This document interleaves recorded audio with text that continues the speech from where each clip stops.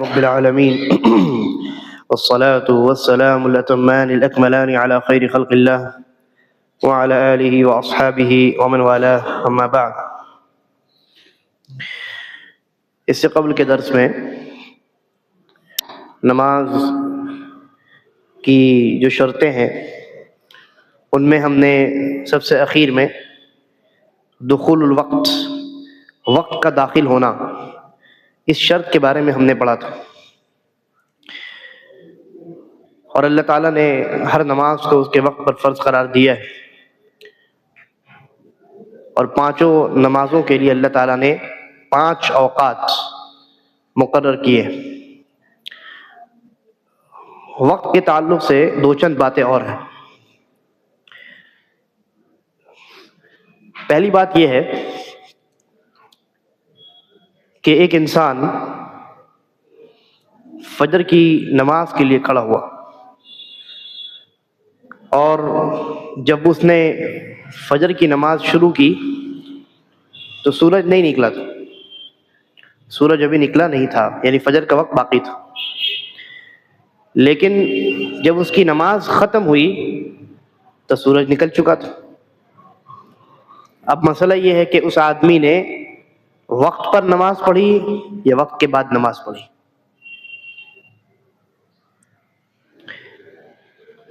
اسی طرح ایک آدمی نے عصر کی نماز شروع کی تو سورج نہیں ڈوبا تھا، یعنی عصر کی نماز کا وقت باقی تھا.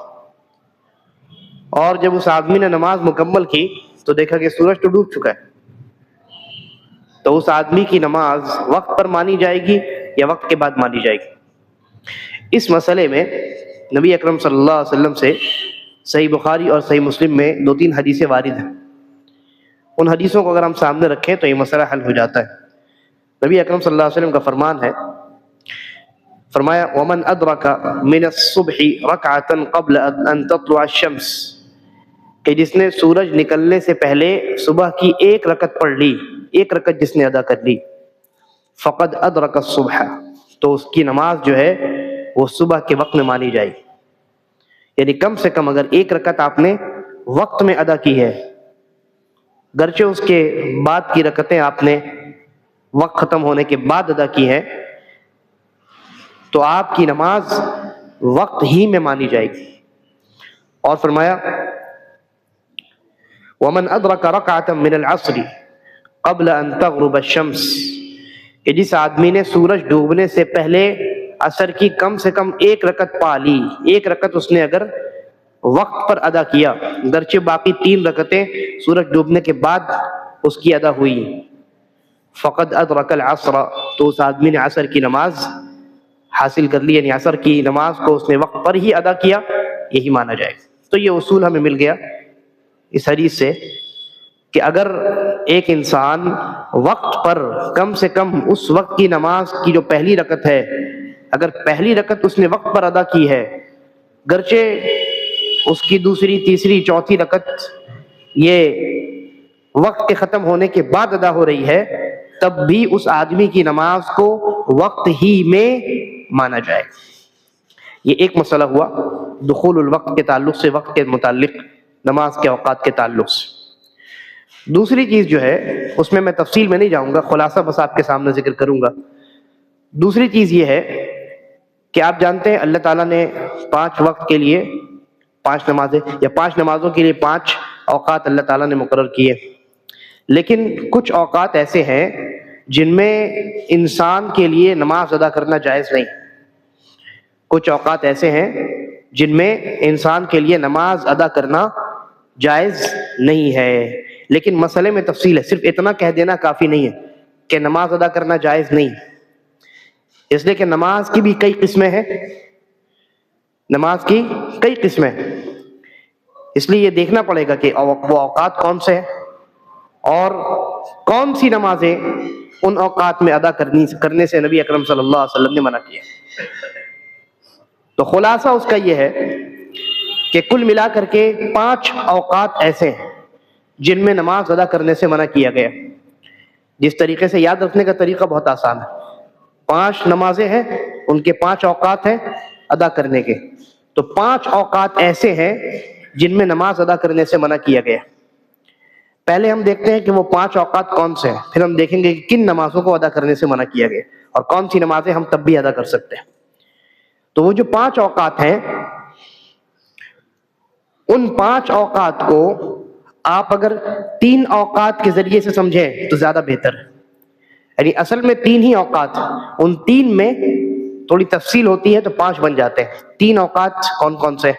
فجر کی نماز کے بعد سے لے کر کے سورج نکلنے کے بعد تک، تقریباً 20 منٹ کے بعد تک، یہ پہلا وقت ہوا.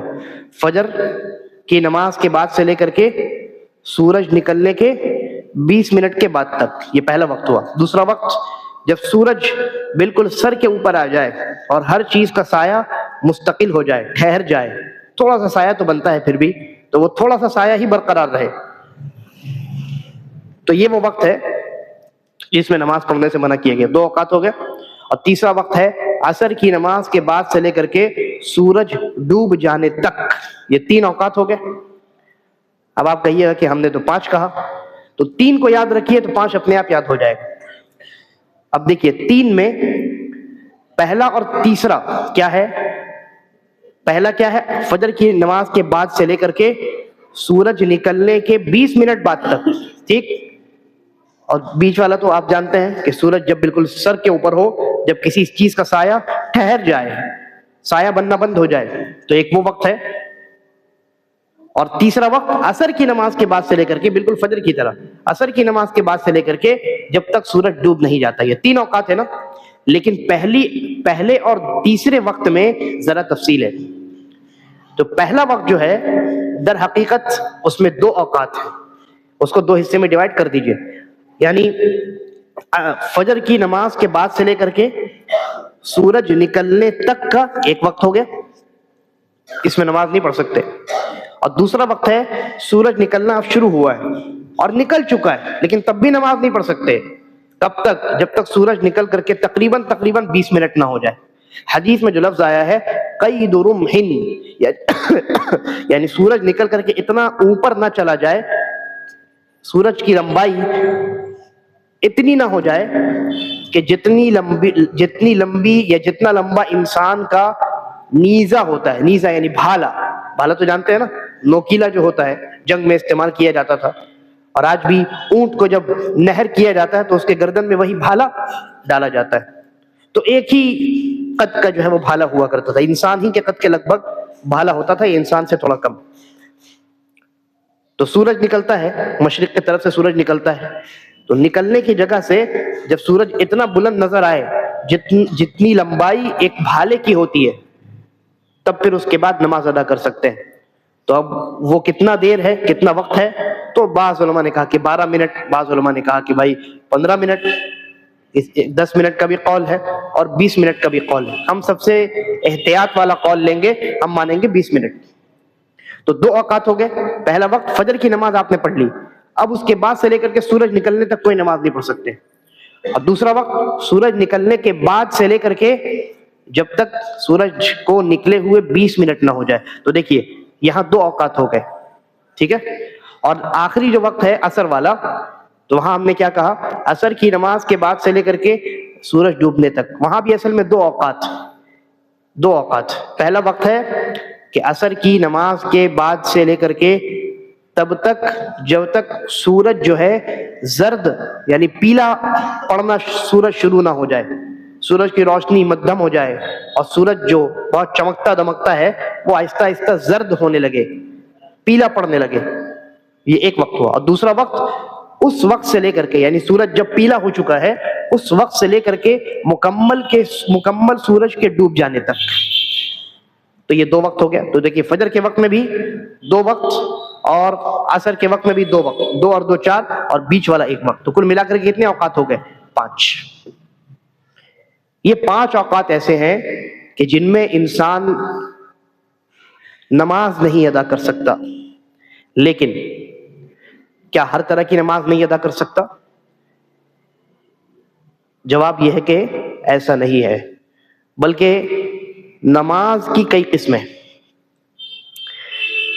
ان اوقات میں ان اوقات میں، یعنی جو 5 اوقات میں نے ذکر کیے ہیں، ان میں کون سی نماز نہیں پڑھ سکتے؟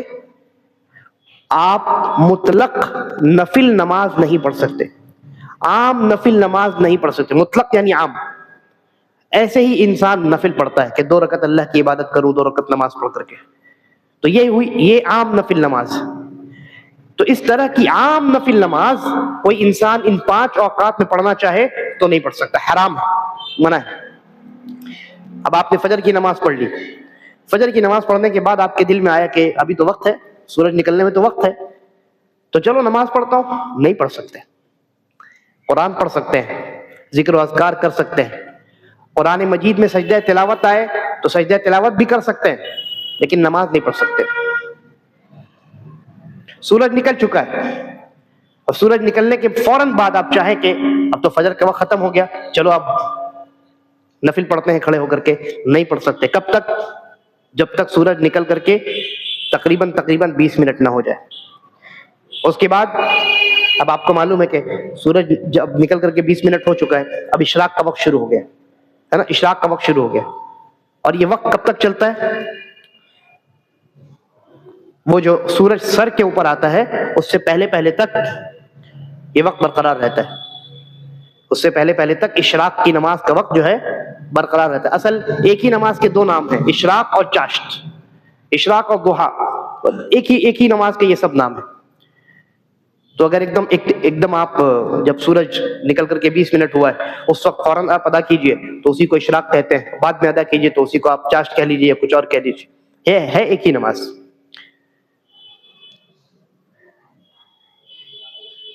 تو سورج جب بالکل سر کے اوپر آ جائے اور کسی چیز کا سایہ بننا بند ہو جائے، یعنی کہ سایہ جو معمولی سایہ آپ کو نظر آئے وہ سایہ وہیں پر ٹھہر جائے، تو جب تک وہ سایہ ٹھہرا رہے تب تک کوئی انسان عام نفل نماز نہیں پڑھ سکتا، عام نفل نماز نہیں پڑھ سکتا.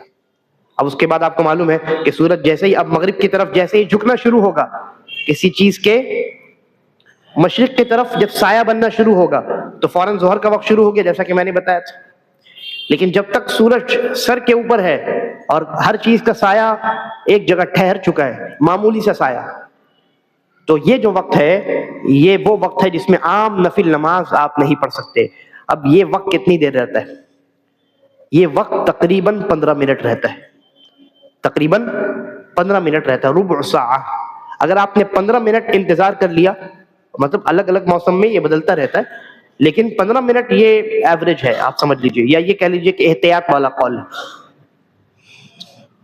15 منٹ تک جو ہے وہ سورج بالکل سر کے اوپر رہتا ہے، اس کے بعد پھر وہ ڈھلنا شروع ہوتا ہے. تو جیسے ہی ڈھلنا شروع ہوگا ظہر کی نماز کا وقت ہو گیا. ایک آدمی نے عصر کی نماز پڑھ لی، عصر کی نماز کے پڑھنے کے بعد وہ انسان چاہے کہ ابھی تو سورج ڈوبنے میں بہت وقت ہے، چلو نفل نماز پڑھتا ہوں، پڑھ سکتا ہے؟ نہیں پڑھ سکتا. اسی لیے آپ دیکھیے عصر کی نماز کے بعد کوئی سنت نہیں، کوئی نفل نماز نہیں ہے نا، کوئی نماز نہیں پڑھتا، نہ فجر کے بعد نہ عصر کے بعد. اور خاص کر کے جب سورج بالکل زرد ہو جائے، یعنی اب ڈوبنے والا ہے، جب سورج ڈوبنے کے قریب ہوتا ہے تو یلوئش ہو جاتا ہے، تو خاص کر کے اس وقت کوئی انسان آئے اور عام نفل نماز پڑھنے کی کوشش کرے، نہیں پڑھ سکتا. کب تک؟ جب تک سورج ڈوب کر کے غائب نہ ہو جائے تب تک نہیں پڑھ سکتا. اور آپ کو معلوم ہے جیسے ہی سورج ڈوب کر کے غائب ہوگا تو کیا ہوگا؟ مغرب کی نماز کا وقت شروع ہو جائے گا. تو یہ 5 اوقات ہیں جن میں نماز نہیں ادا کر سکتے. لیکن ہفتے کے ایک دن ان 5 میں سے ایک وقت ایسا ہے جس میں نفل نماز بھی پڑھ سکتے ہیں. وہ دن کون سا ہے؟ جمعہ کا دن. وہ وقت ممنوع وقت کون سا ہے جو جائز ہے؟ وہی والا جو میں نے بتایا، سورج بالکل سر کے اوپر ہے اور کہ ہر چیز کا سایہ ٹھہر چکا ہے.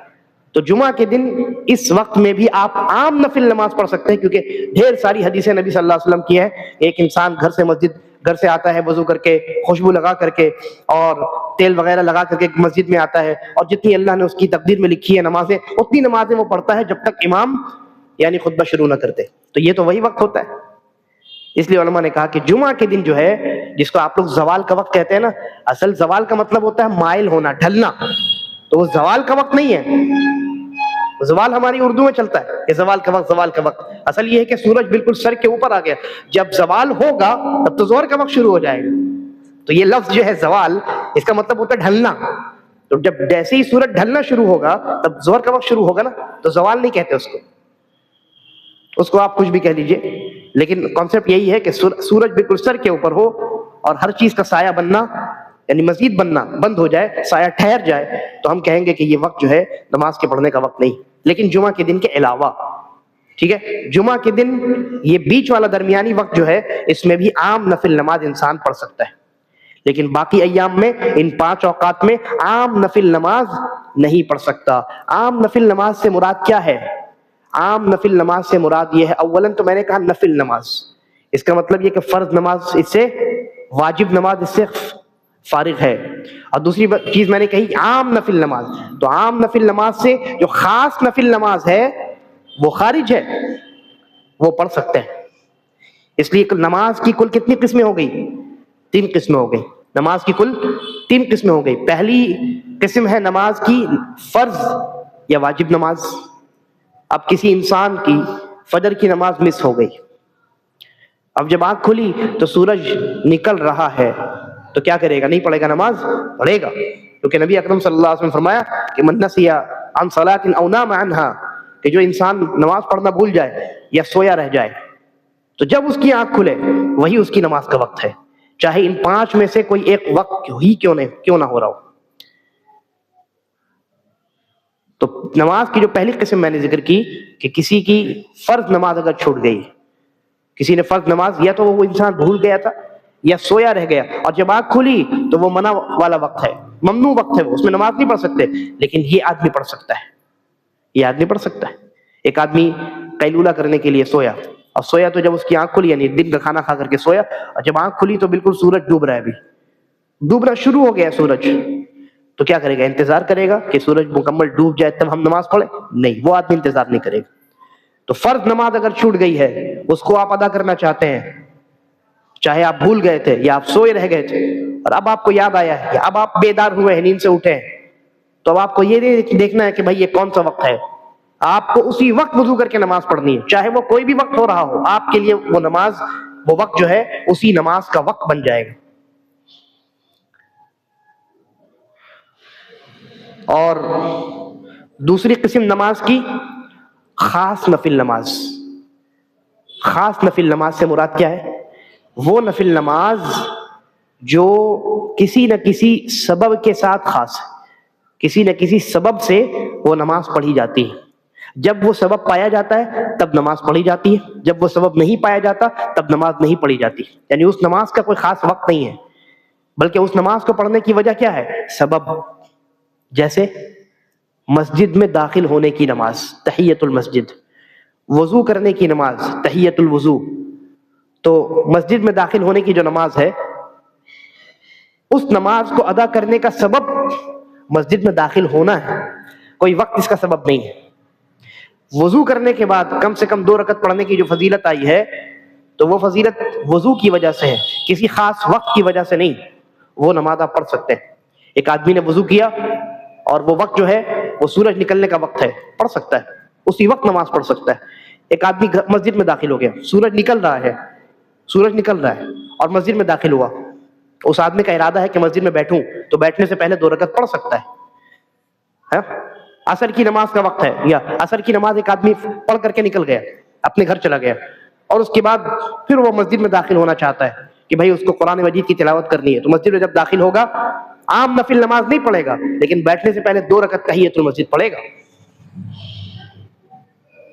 اسی طرح سورج گرہن کی نماز، چاند گرہن کی نماز، یہ ساری، طواف کی نماز ہے نا، طواف کرنے کے بعد 2 رکعت پڑھنا مقام ابراہیم کے پیچھے، یہ سنت. تو وہ نمازیں جو سبب والی نمازیں ہیں، ان نمازوں کو ان 5 ممنوع اوقات میں بھی ادا کر سکتے ہیں. تو پہلی قسم چھوٹی ہوئی فرض نمازیں، ان کو ادا کر سکتے ہیں. دوسری قسم سبب والی خاص نفل نمازیں، ان کو بھی ان 5 وقتوں میں ادا کر سکتے ہیں. اور تیسری قسم ہے عام نفل نمازیں، ان کو نہیں ادا کر سکتے آپ. یہ واحد وہ نمازیں ہیں جن کو آپ ان 5 اوقات میں ادا نہیں کر سکتے ہیں۔ تو یہ تفصیل ہے، خلاصے کے طور پہ میں نے پیش کی ہے کہ کن اوقات میں نمازوں کو اور کس طرح کی نماز کو پڑھنا جائز ہے اور کس طرح کی نماز کو پڑھنا جائز نہیں ہے۔ بہت سے لوگوں کو میں نے دیکھا کہ ان کی جب آنکھ کھلتی ہے فجر کے وقت میں تو اب دیکھتے ہیں کہ اب تو بالکل سورج نکل رہا ہے، تو وضو کر کے انتظار کرتے ہیں، جب سورج نکل جاتا ہے، وہ نکل کر کے 20-25 منٹ ہو جاتے ہیں، تب وہ نماز پڑھتے ہیں۔ یہ غلط طریقہ ہے۔ جیسے ہی آپ اٹھیے، وضو کیجیے اور نماز پڑھیے۔ سورج نکل رہا ہے یا نہیں نکل رہا اس سے آپ کو کوئی مطلب نہیں ہونا چاہیے، کیونکہ آپ کے لیے وہ وقت ممنوع وقت نہیں ہے۔ اچھا، اب اس کے بعد ہم آگے بڑھتے ہیں۔ 8ویں شرط نماز کے صحیح ہونے کے لیے جو 8ویں شرط ہے وہ ہے استقبال القبلہ، قبلے کی طرف متوجہ ہونا۔ اور ہمارا اور آپ کا قبلہ المسجد الحرام، مسجد حرام ہے۔ خانہ کعبہ کے ارد گرد جو مسجد بنی ہوئی ہے، یہ مسجد خانہ کعبہ سمیت پوری جو مسجد ہے، یہ پوری مسجد ہمارے لیے قبلہ ہے۔ اور اس مسجد سے پہلے، خانہ کعبہ سے پہلے، بیت المقدس جو فلسطین کی سرزمین پر ہے، وہ مسجد ہمارے لیے قبلہ تھی۔ لیکن اللہ تبارک و تعالیٰ نے ہجرت مدینہ کے بعد اللہ تبارک و تعالیٰ نے قبلہ بدل دیا، اور مسلمانوں کو اب حکم ہوا کہ وہ مسجد حرام کی طرف یعنی خانہ کعبہ کی طرف رخ کر کے نماز پڑھیں۔ یہاں کئی ایک باتیں، دلائل میں ذکر نہیں کر رہا ہوں۔ پہلی بات تو یہ ہے کہ جو انسان مسجد حرام کے اندر ہے، جو انسان، یا ہم بالکل اندر سے شروع کرتے ہیں، جو انسان خانہ کعبہ کے اندر ہے تو وہ کس ڈائریکشن میں نماز پڑھے گا؟ کس ڈائریکشن میں پڑھے گا بتائیے؟ کسی بھی ڈائریکشن میں پڑھ سکتا ہے، کسی بھی ایک دیوار کے سامنے وہ پڑھے گا۔ خانہ کعبہ کی 4 دیوار، تو کسی ایک دیوار کے سامنے وہ کھڑا ہو کر کے نماز ادا کر لے گا۔ جو انسان خانہ کعبہ کے باہر ہے لیکن مسجد حرام کے اندر ہے، مسجد حرام جو سراؤنڈنگ میں مسجد بنی ہوئی ہے اس کے اندر ہے، تو اس کے اوپر واجب ہے کہ وہ خانہ کعبہ کی طرف رخ کر کے نماز پڑھے، نہ ادھر اور نہ ادھر۔ لیکن جو انسان مسجد حرام سے باہر ہے، دور ہے، جیسے ہم لوگ ہندوستان میں ہیں، تو ہم مسجد حرام سے باہر ہیں اور دور ہیں، تو کیا ہمارے لیے ممکن ہے کہ خانہ کعبہ کو پوائنٹ آؤٹ کر کے ہم اس کی طرف رخ کر لیں سب کے سب؟ ممکن ہی نہیں۔ تو اسی لیے اللہ تبارک و تعالیٰ نے، ہم جو دور ہیں ہم لوگ، ہمارے لیے اللہ تبارک و تعالیٰ نے مسجد حرام کو اور مسجد حرام کی جہت کو، اس ڈائریکشن کو پورا قبلہ بنا دیا۔ ہم کوشش کریں گے کہ زیادہ سے زیادہ مسجد حرام کی طرف ہو جائیں، گرچہ خانہ کعبہ کی طرف ایکوریٹلی نہ ہو پائیں، چلے گا۔ مسجد حرام تو بہت بڑی مسجد ہے، اس مسجد کی طرف ہم ہونے کی کوشش کریں گے، اور اگر ہم سے اس مسجد کی طرف ہونے میں چوک ہو جائے لیکن ہم اسی ڈائریکشن کی طرف ہیں، کوئی حرج نہیں۔ نبی اکرم صلی اللہ علیہ وسلم نے فرمایا ما بین الشمالی او کما قال، کہ شمال اور جنوب کے درمیان اسی طرح کی حدیث ہے، یعنی ایک سمت کے بارے میں آپ نے فرمایا، کہا کہ یہ سمت جو ہے مکمل قبلہ ہے، یہ سمت مکمل قبلہ ہے۔ تو ہمارے لیے مسجد حرام قبلہ ہے، اور اگر مسجد حرام کی طرف ایکوریٹلی ہم اپنے آپ کو متوجہ نہ کر سکے تو جتنا ممکن ہو اتنا کریں۔ گرچہ ہم مسجد حرام کی طرف ایکوریٹلی اپنے آپ کو متوجہ نہیں کر رہے ہیں، لیکن وہ جو پوری ڈائریکشن ہے، جس طرف ہمارے لیے مسجد حرام پڑتا ہے، وہ پورا کا پورا ڈائریکشن ہمارے لیے قبلہ ہے۔ تو اس لیے اس میں بہت زیادہ یعنی کیا کہتے ہیں، افراط اور تفریط کا شکار نہیں ہونا چاہیے، بہت زیادہ افراط اور تفریط کا شکار نہیں ہونا چاہیے، اور انسان کے لیے ممکن بھی نہیں، کیونکہ آپ کسی چیز سے جتنا دور ہوتے جائیں گے اس چیز کی طرف رخ کرنا آپ کے لیے اتنا مشکل ہوتا جائے گا۔ تو اسی لیے شریعت نے یہ قاعدہ بیان کیا ہے، شریعت میں یہ قاعدہ ہے حدیثوں کی روشنی میں، کہ جو لوگ دور رہنے والے ہیں، جن کے لیے ایک دم مسجد حرام کی طرف رخ کرنا ممکن نہیں ہے 100%، تو وہ پوری جہت ان کے لیے قبلہ ہے۔ اگر تھوڑا سا ادھر ہو جاتے، تھوڑا سا ادھر ہو جاتے، کوئی حرج نہیں، لیکن کوشش کریں گے کہ بھائی ہم مسجد حرام کی طرف جتنا ہو سکے، اس طرف رخ جتنا ہمارے لیے کرنا ممکن ہو، اس قدر اپنے استطاعت کے اعتبار سے ہم کریں، اور اسی اعتبار سے ہم اپنی مسجدیں بنائیں، اپنے گھروں میں ہم نماز پڑھیں اسی ڈائریکشن میں۔ یہ تو ایک بات ہوئی کہ کس کے لیے قبلہ کیا ہے۔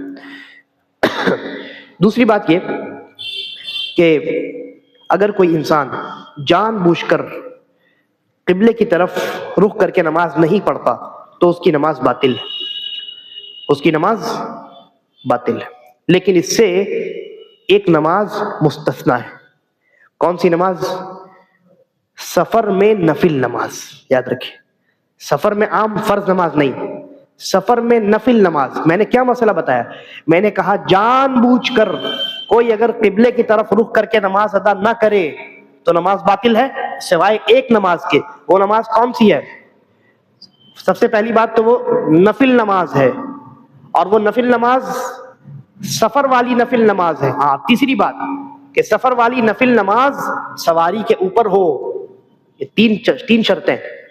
نفل نماز ہو، انسان مسافر ہو، اور سواری کے اوپر سوار ہو کر کے وہ اپنی اس نفل نماز کو حالت سفر میں ادا کر رہا ہو، تو تب بھی اس کے لیے بہتر یہی ہے کہ وہ اپنی نماز قبلے کی طرف ہو ہی کر کے شروع کرے. لیکن نہ کرے، اگر کسی اور ڈائریکشن میں بھی رخ کر کے نماز شروع کر دے تو جائز. نبی اکرم صلی اللہ علیہ وسلم کا عمل اس سلسلے میں ثابت ہے.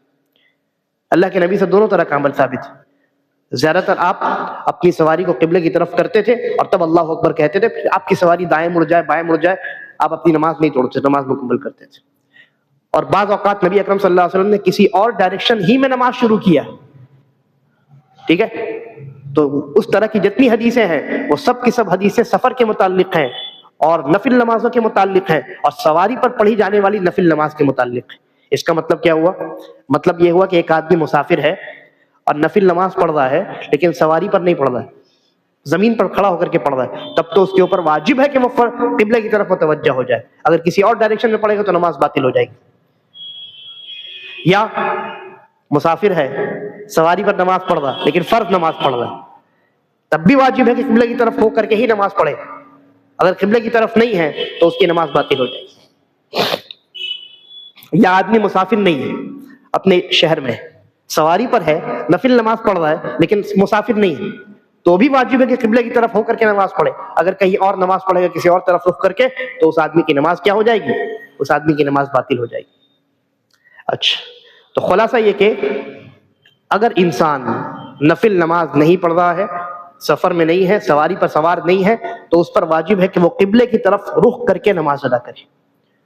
اب انسان اپنے شہر میں ہے تو مسئلہ نہیں ہے، کیونکہ انسان کو اپنے شہر میں قبلے کی جو سمت ہے، جو ڈائریکشن ہے، وہ معلوم ہوتی ہے. اگر نہیں معلوم ہے تو وہ اپنے دوستوں سے پوچھ لیتا ہے، اپنے بھائیوں سے، مسلمان بھائیوں سے پوچھ لیتا ہے. یہاں مسئلہ آتا ہے، ایک انسان اجنبی ہے، مسافر ہے، سفر پر گیا ہے، کسی دوسرے شہر چلا گیا، تو وہاں وہ کیا کرے؟ تو دیکھیے، سب سے پہلی بات تو یہ ہے کہ انسان جب سفر پر ہو تو ایسی صورت میں اس کے اوپر واجب ہے کہ وہ قبلے کی سمت معلوم کرنے کی کوشش کرے. وہ معلوم کرے، چاہے جس طریقے سے معلوم ہو جائے. مسلمان بھائیوں سے پوچھ لے، نان مسلم سے اگر پوچھنا چاہے تو بھی پوچھ لے، کسی آلے کا استعمال کرنا چاہے کر لے، کسی انسٹرومنٹ کا جیسے کمپاس وغیرہ، موبائل کا استعمال کرنا چاہے کر لے. کسی بھی طریقے سے آسمان دیکھ لے کہ سورج کہاں سے نکلتا ہے اور یہ شہر کہاں پڑتا ہے، اس شہر کے اعتبار سے کس ڈائریکشن میں قبلہ ہونا چاہیے، ہے نا. تو اگر اس کے لیے یہ ممکن ہے کہ وہ معلوم کر سکے تو اس پر معلوم کرنا واجب ہے. ایسا نہیں کہ آپ یہاں سے گئے ممبئی میں ایک ہوٹل میں آپ نے اسٹے کیا، نماز کا وقت آیا تو آپ نے دیکھا ارے جا میں تو ممبئی میں آ گیا، اب یہاں کہاں کس طرف رک کر کے نماز پڑھوں، کہیں بھی آپ نے دیکھا شروع ہو گئے. یہ جائز نہیں آپ کے لیے. آپ پر واجب ہے کہ آپ معلوم کریں. آپ کا موبائل اگر کام کرتا ہے تو موبائل کے ذریعے معلوم کریں. موبائل ڈیڈ ہے، نیچے اتریے، مسلمانوں سے ملیے، پوچھئے کہ قبلہ کدھر ہے، مسجدوں کو تلاش کیجئے، کچھ بھی کیجئے. اگر معلوم کرنا ممکن ہے تو معلوم کرنا واجب ہے. ہاں، اگر آپ نے پوری کوشش کر لی آپ نے، یا تو آپ کو معلوم ہو نہ سکا یا معلوم ہوا تو غلط معلوم ہوا، تو یہاں اگر آپ کو معلوم ہی نہ ہو سکا تو اب آپ اندازہ کیجئے کہ کس طرف ہو سکتا ہے. جس طرف آپ کو لگے کہ اس طرف ہو سکتا ہے اس طرف رخ کر کے نماز پڑھ لیجئے، نماز ہو جائے گی. اور اگر معلوم ہوا لیکن غلط معلوم ہوا، آپ کو کسی نے بتا دیا کہ اس طرف ہے اور وہ آدمی مسلمان ہے، سچا ہے، سب ٹھیک ٹھاک ہے، اس نے بتا دیا کہ اس طرف قبلہ ہے اور آپ نے نماز پڑھ لی. نماز پڑھنے کے بعد وہ آدمی آیا آپ کے پاس، ارے میں نے غلط بتا دیا تھا، اس طرف نہیں ہے اس طرف. آپ کی نماز ہو گئی. کیوں ہو گئی؟ کیونکہ اگر کوئی انسان انجانے میں کسی اور سمت میں، کسی اور ڈائریکشن کی طرف رخ کر کے نماز ادا کر لے، انجانے میں کوشش کے باوجود اس سے غلطی ہو جائے تو وہ غلطی معاف ہے. نبی اکرم صلی اللہ علیہ وسلم کے اوپر جب قبلے کے تبدیل کا حکم نازل ہوا تو مسجد قباء میں صحابہ کرام نماز پڑھ گئے تھے، غالباً وہ فجر کی نماز کا وقت. تو اللہ کے نبی صلی اللہ علیہ وسلم پر حکم نازل ہوا اور وہاں تک جانے میں وقت لگتا ہے. تو ایک صحابی دوڑے دوڑے گئے خبر دینے کے لیے، لیکن جب وہاں پہنچے تو دیکھا صحابہ کرام نماز پڑھ رہے، اور کس طرف رخ کر کے نماز پڑھ رہے؟ بیت المقدس کی طرف. تو نماز میں تھے. صحابی نے کہا کہ میں گواہی دیتا ہوں کہ محمد صلی اللہ علیہ وسلم پر یہ حکم نازل ہوا ہے کہ قبلہ آج سے ہمارا خانہ کعبہ ہے. تو جیسے ہی انہوں نے یہ بات کہی، سارے صحابہ حالت نماز ہی میں خانہ کعبہ کی طرف مڑ گئے. ٹھیک ہے، اور اسی طرح انہوں نے اپنی نماز مکمل کی. جتنی نماز، اب دیکھیے خانہ کعبہ کو قبلہ تو ان کی نماز شروع کرنے سے پہلے بنایا جا چکا تھا، یعنی انہوں نے اپنی نماز کا کچھ حصہ بیت المقدس کی طرف رخ کر کے ادا کر لیا. یعنی اگر کوئی انسان جان بوجھ کر ایسا کرتا، بیت المقدس کی طرف رخ کر کے نماز پڑھتا، تو نماز باطل ہو جاتی.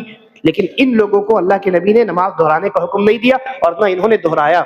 کیوں؟ اس لیے کہ انہوں نے بیت المقدس کی طرف رخ کر کے جتنی نماز پڑھی تھی وہ انجانے میں پڑھی تھی اور اپنے علم کی بنیاد پر پڑھی تھی. یعنی وہ مجبور تھے، ان کے پاس علم پہنچا ہی نہیں. تو ویسے ہی کوئی انسان اگر تلاش کرے، خوب کوشش کرے، لیکن قبلہ معلوم نہ ہو سکے تو کسی بھی سمت میں رخ کر کے نماز پڑھ لے، نماز ہو جائے گی. یا معلوم ہو جائے، غلط معلوم ہو جائے، اس نے پوری کوشش کی، لاپرواہی نہیں کی اور کسی ڈائریکشن میں اس نے رخ کر کے نماز پڑھ لی، بعد بھی پتا چلا کہ وہ تو غلط میں نے کر لیا، تو بھی نماز ہو جائے گی. ہاں، لیکن کسی انسان نے لاپرواہی کی ہے، لاپرواہی کی بھول گیا اور اس کو لگا کہ ہاں ادھر ہی تو ہوگا، اجنبی شہر میں گیا ہے، اس نے سوچا کہ ہاں ادھر ہی ہوگا اور نماز پڑھ لی. اس کے بعد اس کو پتا چلا کہ ارے میں نے تو غلط نماز پڑھ لی، اس کی نماز نہیں ہوگی. اس نے کوشش ہی نہیں کی جاننے کی، اس نے اپنے اندازے سے نماز ادا کر لی. تو اگر آپ کے لیے ممکن ہے قبلہ تلاش کرنا تو واجب ہے آپ کے اوپر، اور اگر ممکن نہیں ہے تو آپ اندازے سے کسی ایک طرف رک کر کے نماز ادا کر لیجئے، آپ کی نماز ہو جائے گی. یا اگر غلط معلوم ہو گیا تو اور آپ نے کسی ایک طرف رک کر کے نماز پڑھ لی ہے، بعد میں پتا چلا کہ آپ نے غلط سمت میں رخ کر کے آپ نے نماز پڑھ لی ہے، تو بھی آپ کی نماز ہو گئی. اب ایک مسئلہ بچ جاتا ہے سفر کا مسئلہ، یا یہ کہہ لیجئے کہ سواری پر نماز پڑھنے کا مسئلہ. یہاں ایک بنیادی بات یاد رکھیں کہ اگر فرض نماز سواری سے اتر کر پڑھنا ممکن ہے تو سواری پر فرض نماز پڑھنا جائز نہیں. ٹھیک ہے، میں نے جو اصول بتایا ہے وہ اصول کو یاد رکھیں. اگر فرض نماز سواری سے اتر کر پڑھنا ممکن ہے تو سواری پر ایسی صورت میں فرض نماز پڑھنا جائز نہیں. مثال کے طور پہ ایک آدمی یہاں سے بس میں بیٹھا، اس کو جانا ہے بہار جانا ہے اس کو. بس میں بیٹھا، اور بہار کا سفر کتنے گھنٹے کا ہوتا ہے؟ لگ بھگ 10 گھنٹہ مان لیتے ہیں.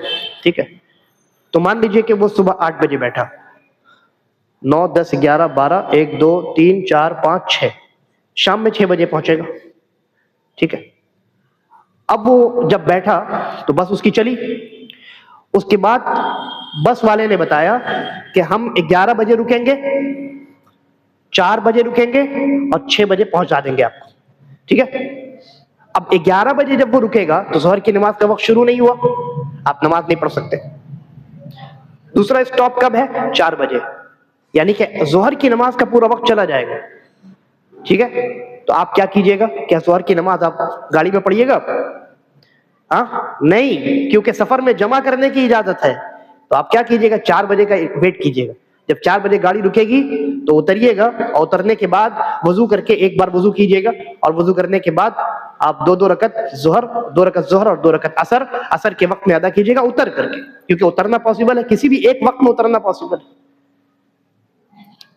یا اگر اس نے آپ کو بتایا کہ ہم 2 ہی اسٹاپ لیں گے، پہلا اسٹاپ ہم لیں گے 1 بجے اور دوسرا اسٹاپ ہم لیں گے 6 بجے، اور ابھی مغرب کتنے بجے ہو رہی ہے؟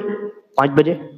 یعنی آپ جو پہلے اسٹاپ پہ رکیں گے 1 بجے تو وہ ظہر کی نماز کا وقت ہے، اور دوسرا اسٹاپ جب آپ کا آئے گا تو وہ عصر کی نماز کا وقت ختم ہو جائے گا۔ اس کا مطلب یہ ہے کہ آپ ظہر کو تو وقت پر پڑھ پائیں گے لیکن عصر وقت پر نہیں پڑھ پائیں گے۔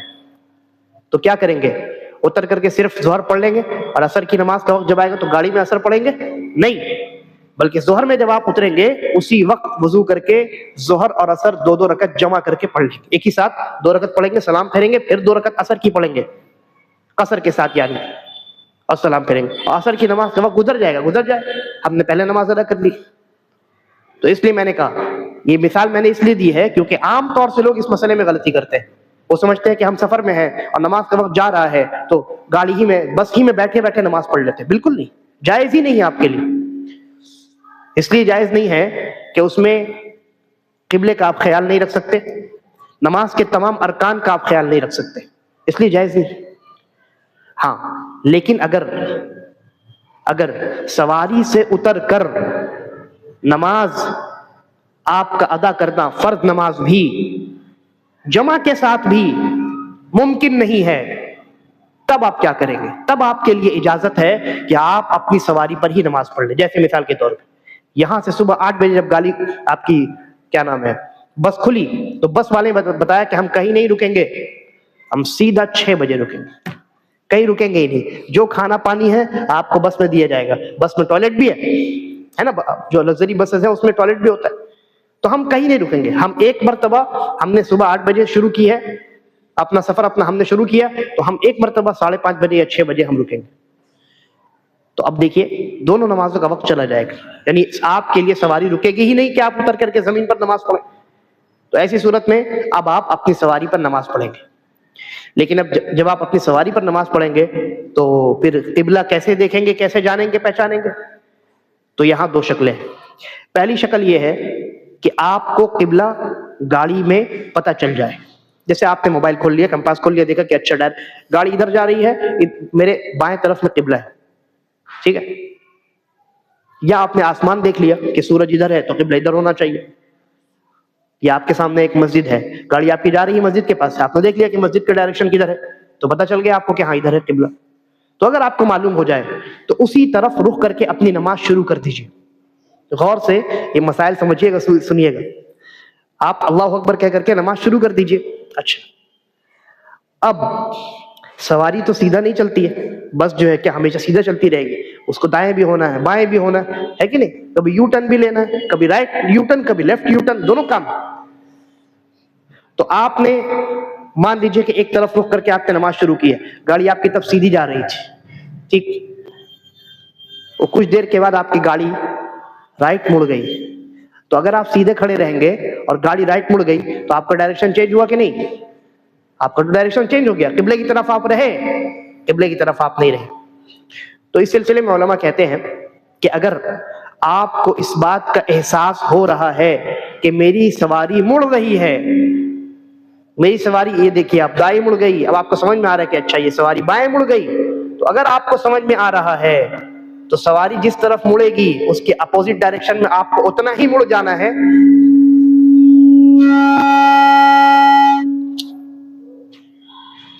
جتنا سواری کے مڑ جانے کا آپ کو احساس ہوا اندازے سے۔ تو آپ اگر سیدھا کھڑے ہو کر کے نماز پڑھ رہے ہو، گاڑی دائیں طرف مڑی تو آپ کدھر مڑیے گا؟ بائیں طرف، تاکہ آپ کا قبلہ مینٹین رہے، آپ کا ڈائریکشن قبلے کی طرف مینٹین رہے، ٹھیک ہے؟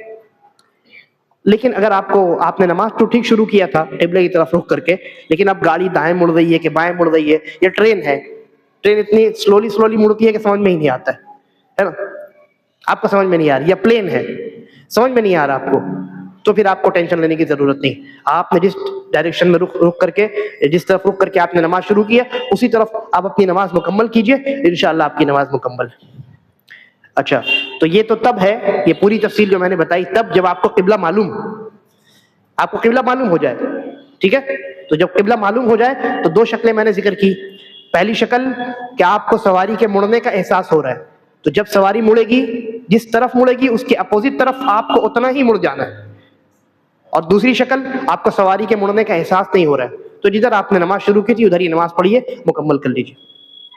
یہ تب جب قبلہ کا رخ، قبلہ کا ڈائریکشن آپ کو پتا ہے، لیکن اگر آپ کو ڈائریکشن پتا ہی نہیں ہے آپ نے بہت کوشش کی، موبائل سے کوشش کی، آپ کا کمپاس کام نہیں کر رہا ہے، کیونکہ چلتی گاڑی میں بعض دفعہ کمپاس کام نہیں کرتا ہے.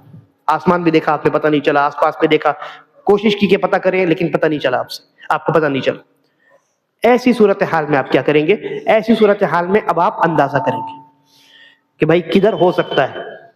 کوشش کریں گے کہ کچھ کسی طریقے سے کیلکولیٹ کریں، کچھ دیکھیں، آپ اندازہ کریں گے اور اپنے اعتبار سے جدھر آپ کو لگے کہ ہاں ادھر قبلہ ہونا چاہیے ادھر ہی رخ کر کے آپ نماز ادا کر لیں.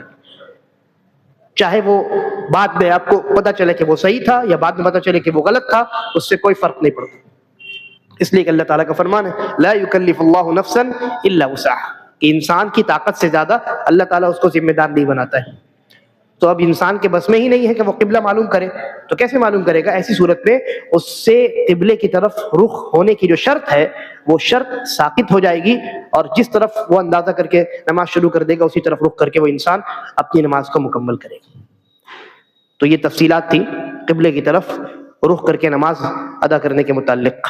اس کے بعد جو ہے آخری شرط باقی ہے، 9ویں شرط نیت کے تعلق سے. اگلے درس میں انشاءاللہ اس پر ہم گفتگو کریں گے. یہ سارے ضروری مسائل ہیں. دیکھیے یہ روزمرہ میں پیش آنے والے مسائل ہیں نا، لیکن ہم میں سے کتنے لوگ ہیں جو ان مسائل کو جانتے ہیں؟ جبکہ جاننا بہت ضروری ہے، کیونکہ اگر ہم نے غلطی کی تو نماز باطل ہو جائے گی، اور نماز کا باطل ہونا یہ بہت بڑا خسارہ ہے. اس لیے ان چیزوں کو سیکھنا بہت ضروری ہے. اللہ تبارک و تعالی ہم تمام کو کتاب و سنت کے مطابق اپنی تمام تر عبادتوں کو انجام دینے کی توفیق عطا فرمائے اور ہمارا خاتمہ ایمان اور اسلام پر کرے. ھذا وباللہ التوفیق وصلی اللہ وسلم علی نبینا محمد.